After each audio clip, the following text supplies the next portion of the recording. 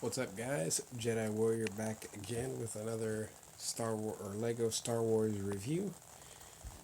This time I'm reviewing two sets, both battle packs, mainly to save me some time and to save you some time. These aren't as related as the last double I tried to do, but they're close. Both Imperial battle packs.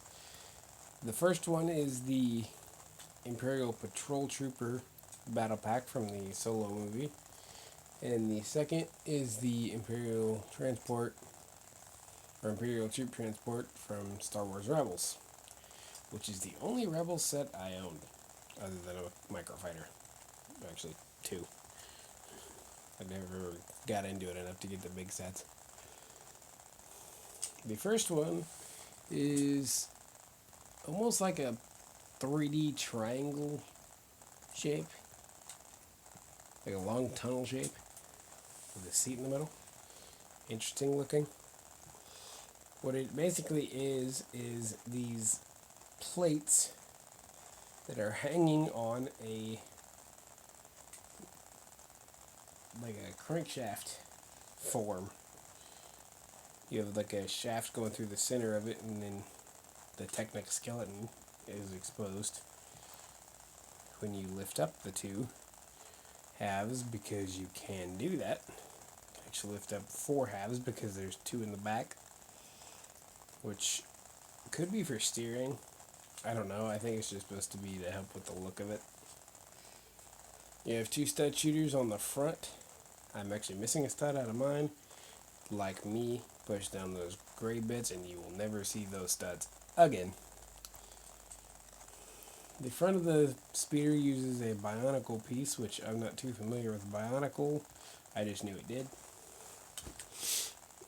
Behind the stud shooters, an upper row of studs, you have two hand grips, which use the pistol / tonfa looking pieces.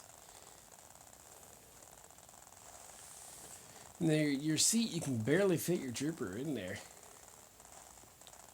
You have to finagle him a little bit. Some of the book showed him standing and leaning forward, but he don't have to stand.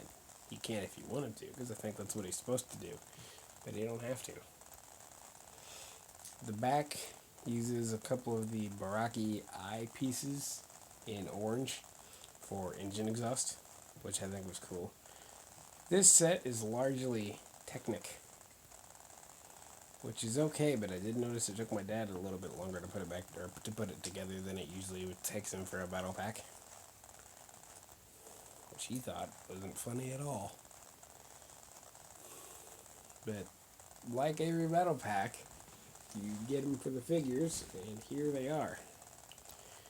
The first two are the Imperial Patrol Troopers, and they look really good. New helmet molds for them.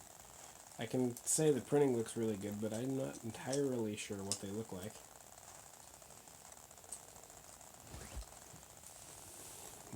But you have a new helmet mold for them, and it kind of has a more pronounced brow ridge over the eyes and more detail around the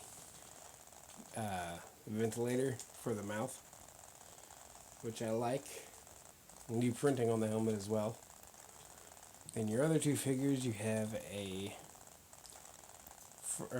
Imperial recruitment officer, which looks just like a regular Imperial officer, although he does have a soul patch for his face. Then you have an Imperial immigrations officer. I think this is her. And like I said, it's a female Imperial officer, which you don't see a lot of. Her face has a print for a chin strap. I think I ended up borrowing the face, so this could be the wrong face on her. And I like the helmet mold. She's got like a raised visor, kind of flares out at the back. It looks like a really cool helmet mold. The other figure I could do without, the recruitment officer, but I like this one. But that's it for this one. Now for the Imperial troop transport, Originally, I was like, wow, this is a battle pack. It looks a little bit big for a battle pack.